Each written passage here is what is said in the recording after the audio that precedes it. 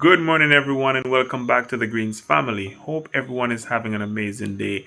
And in whatever you do, I wish you all the best. Welcome back to the Greens family. So, today I have a long list. I don't even know where to start, but let's put that list aside. I want to ask you this question. Why is the land getting so expensive? Why? Land is really getting expensive.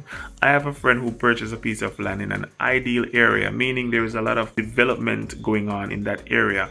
And he purchased that land in 2000. I know it's 2025, and he just recently did a valuation on the land. And you're going to be amazed by the amount of money he paid for the land to build a building on the land and how much that piece of land is selling for right now. Did you know that you can purchase 50 acres of land for $1 million and 1 acre of land for $50 million? How is that possible? The location. When you're buying land, the location is very, very important. So let's say you have a piece of money, you save it, you get it, you win it, or I don't know, but you have it, and you want to invest, and you have two things in mind, car or land, and you're like, what am I supposed to buy? And you're really confused. Well, let me say this. If you're buying car for your personal use, well, that's not investing, because unless you're buying to sell, you're not going to make any money. You're going to lose big time. If you go into a car mart today and purchase a 2025 car for $30 million, the day you drive out of the car mart, the value of the car is going down. Once the mileage is going up, the value is going down. Well, in land, it's a little bit different. It all depends on where the land is. Because if the land is in an ideal area, the value of the land will keep getting higher, but not for the car. The car price is not going to be rising while you're just driving. The mileage is going up. No, it's totally different. So a land will be a better choice, but it all depends on where you're buying the land. And when you purchase the land, you have to make sure you do the necessary things. Get the land straightened out, get your papers together, pay your tax and all these things, and make sure you have the necessary things that you need to keep your land protected. Back to the person who purchased the land in 2000. 2000, that's 25 years ago. That's a long time, but not really so long. Time is moving really fast. Anyway, it's now 2025. He recently did a valuation on the land, and he's shocked to know the amount of money they value the land for. He had to talk about it, and that's the reason why I can talk about it right now.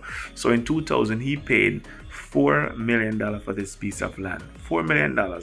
This land is close to the heart of the town. It's about a minute away from the heart of the town. Right now, today, as I'm talking, there's a lot of business right at that location, and they're even going beyond that. So a lot of banks, KFC, a lot of businesses, and the price has gone sky high. So listen, he paid $4 million for the land. He built a building for $4 million on the land. Well, he built a big building, but it have a lot of open space in the middle. It doesn't have a lot of partition. When you're building a building with a lot of partition inside, it's going to cost more than just two column and just a big building go all the way around. He tried many business in that building, and it didn't work out. So he started to realize that the business wasn't really working out for him. So he's like, I'm just going to rent this building or lease it. But anyway, he put the building out so the building could be rent, because he tried so many different businesses, nothing seems to work out. In no time, more than several people wanted the building to rent. Now he's wondering, who am I supposed to rent the building to?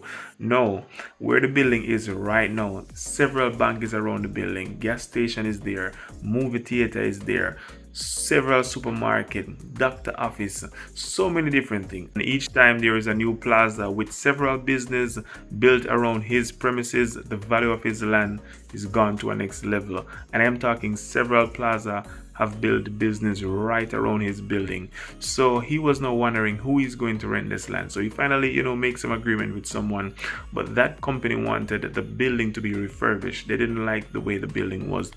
Now the company wanted to refurbish the building for him because he was kind of low on funds, and they would work it out in rent or in lease, I don't know, but he didn't want to do that because they weren't really speaking his language. He went to the bank with the title of the land, applying for a loan, because that's what he's going to use to get the loan. He's going to use the title to get the loan from the land. So the bank explained to him that he had to get a valuation done with the land. So he went to do his valuation. Now remember, he purchased this land for $4 million. He built a building for $4 million as well. So that's roughly $8 million right there in 2000. Now it's 2025. How much do you think they value the land for? $120 million. He paid $8 million for the land and the building, and now they value it for $120 million, and the forced price to sell it is $90 million. He's not expecting nothing less than $90 million. So what do you think? He's going to sell? He's not going to sell that. He's not going to sell that, because guess what happened? Every year that land is becoming more expensive because it's now in the heart of the town. Anytime there is a new business come close to his land, the price of his land goes to a next level, and it keeps growing. So if he spent $8 million 25 years ago, and now the land is valued for $120 million, but the forced price to sell it is $90 million. So let's say $90 million. He has gained $82 million interest. $82 million in 25 years, that's a lot of interest, and I know he can get it for more than that, because a lot of people will pay any amount of money to get land in those areas. So he explained that when he was making money in those days with a lot of friends, he tells some of the friends, let us buy some of these land out here, because those land was selling so cheap and easy to get in those time, and they were like not really interested because they didn't see the value of that. Do you think you could purchase a car in 2000 and sell it now for how much? You're not getting anything for it. You'd have to pay scrap metal to probably take it out of your yard. So it all depends. You can make a lot of money from vehicle. You have people who trade vehicle daily, like buy vehicle to sell it back. But if you're just buying the vehicle for your personal use, to say I'm just going to invest in this vehicle, it's not investment, because you spend $30 million for the vehicle. Every day you're going up and down. The mileage of the vehicle is going up.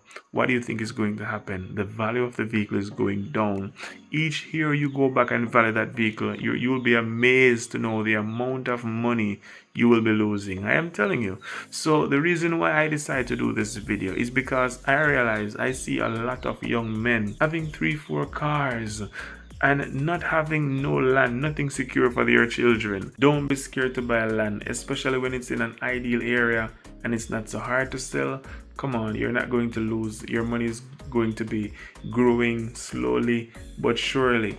And when you have children, several times I see, a father or a mother leave their children behind, and they want to build a little house. They don't have nowhere to build it, and they have to be struggling to get a piece of land secure for them. When you get a piece of land and you're able to purchase it, once it's in a little area that is developing and you see that you can purchase this land, don't worry. Maybe you're not even able to put a house on it, but just buy the land, fence it, pay a little tax, and just know that the land is yours. You have the title for the land. You're going to get the benefit in the longer run. It's an investment that you will not regret. Maybe you're not interested because you don't see the need for a piece of land right now, and you just think, I'm not interested, I don't need no land right now. But maybe you have children, and remember, they have a future. So if you're not doing it for yourself, do it for them. I am telling you, you won't regret. Anyway, please be sure to give this video a like, leave a comment, and be a part of the Greens family by subscribing. So I hope you do. Have an amazing day. Bye bye.